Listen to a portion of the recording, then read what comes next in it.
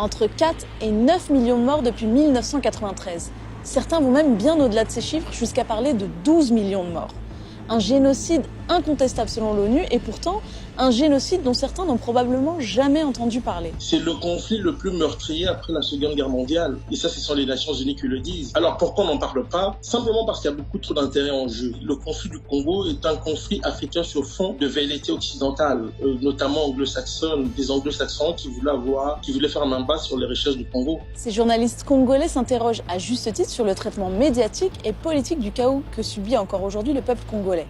Comment et pourquoi des millions de morts ont ainsi pu être passés sous silence, si peu documentés, et comment se fait-il que la communauté internationale ait si peu réagi? Il ne faut pas qu'on oublie que les gros groupes médiatiques sont toujours financés. Il y a énormément de lobbying derrière les médias, et je pense que, étant donné l'implication et les profits, les gros profits que font aujourd'hui les multinationales occidentales sur le sous-sol congolais, mettre la lumière sur ce qui se passe au Congo, je pense que c'est juste pas bon pour les finances, c'est pas bon pour le profit. En gros, aujourd'hui, on peut clairement affirmer que tous les pays industrialisés et la grande majorité des multinationales ont un intérêt quant aux ressources énergétiques et aux minerais présents en RDC.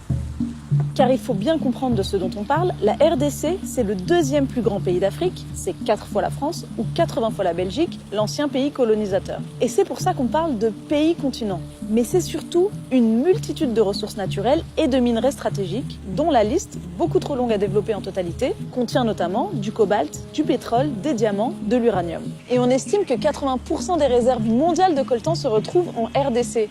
Et ce minerai-là, on en profite tous, puisqu'il est présent dans tous nos objets électroniques du quotidien, nos ordinateurs, nos voitures et nos téléphones portables. Quand je dis une minute de silence, quand tu m'appelles sur mon phone en mémoire des Congolais morts pour mon iPhone, c'est que c'est vrai, même moi, j'en ai un dans ma poche, sans lequel je pourrais pas vivre, mais par moment, c'est important que je pense aux personnes qui ont versé leur sang pour ça. Beaucoup d'États sont impliqués et gagnent au maintien de l'instabilité au Congo. Quand on voit l'importance du coltan dans les enjeux de concurrence entre multinationales, on comprend qu'il n'y a aucun pays industrialisé qui pourrait affirmer, d'ailleurs ils préfèrent ce terme, qui pourrait affirmer qu'aujourd'hui il n'y a pas de lien, ils n'ont pas de commerce avec le Congo. Mais alors vous me direz, ok, c'est un pays riche en ressources naturelles, comme d'autres pays en Afrique, mais quel rapport avec le génocide ou les massacres de population ?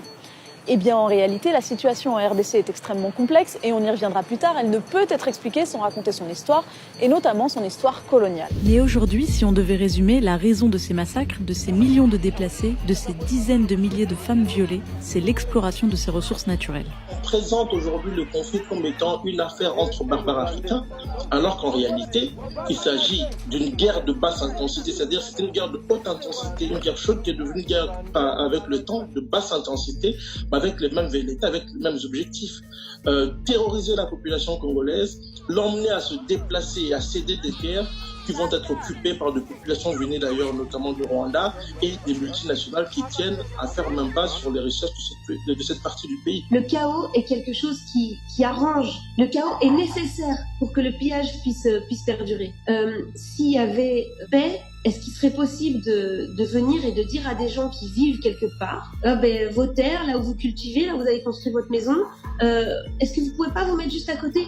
Ben non, on peut pas. Si on trouve un endroit avec potentiellement du cobalt, de l'or, du diamant, que sais-je, de l'uranium, et qu'il y a une population qui vit sur ce territoire-là, je pense qu'il est plus intéressant de financer un groupe rebelle pour faire massacrer le village que tout le monde s'en fout, plutôt que de leur demander gentiment de partir. En gros, il y a 80 millions d'habitants en RDC. Il y a des gens qui vivent dans ces zones riches en ressources naturelles dont le monde a besoin, et pour explorer ces ressources, il faut chasser ces populations. Comme c'est le cas par exemple à l'est du pays, dans le nord Kivu et dans le sud Kivu, des zones très riches en coltan. Ce qui se passe à l'est du pays, donc nord Kivu, sud Kivu, ce sont des massacres, ce sont des viols avec extrême violence. On viole des femmes à l'est du Congo, et après les avoir violées parfois, on va enfoncer des baïonnettes, parfois on va tirer dans l'organe génital de ces femmes-là. Il y a quelque chose qui dépasse l'entendement. C'est notamment contre ces viols-là que se bat le docteur Mukwege, prix Nobel de la paix en 2018, qui dénonce depuis des années l'usage du viol comme arme de guerre. Mais lorsque vous violez une femme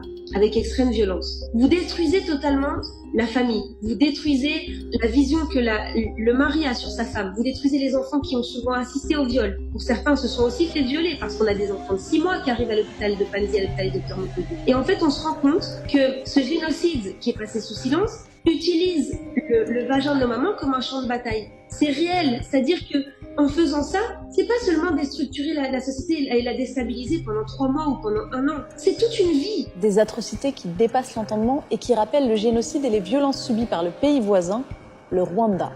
Et c'est là un autre point de départ du génocide congolais. En 1994, des millions de Rwandais Hutus, dont de nombreux génocidaires chassés du Rwanda, se réfugient en RDC.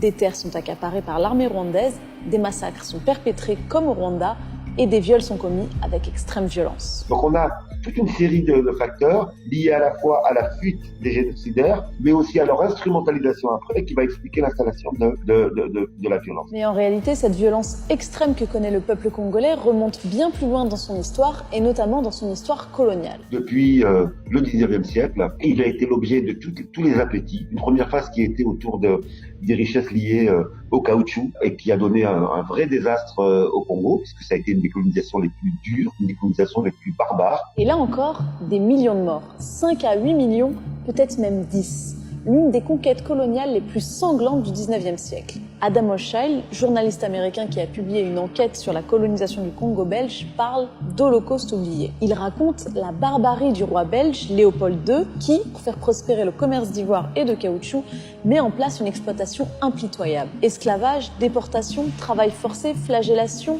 torture et mutilation avec l'une des plus répandues, les mains coupées. Voilà plus d'un siècle que les Congolais subissent massacre sur massacre, génocide sur génocide, que le monde entier profite de leurs richesses pendant qu'eux figurent parmi les plus pauvres de la planète. Et aujourd'hui encore, la situation chaotique dans laquelle tentent de survivre certaines populations congolaises est la conséquence directe de nos modes de vie. C'est à cause de ça ce qui est en train de se passer au Congo. Les gens sont massacrés pour cette course au profit. Tant que dans ce monde, l'argent passera avant l'humain, je ne vois pas comment est-ce que les choses pourraient changer.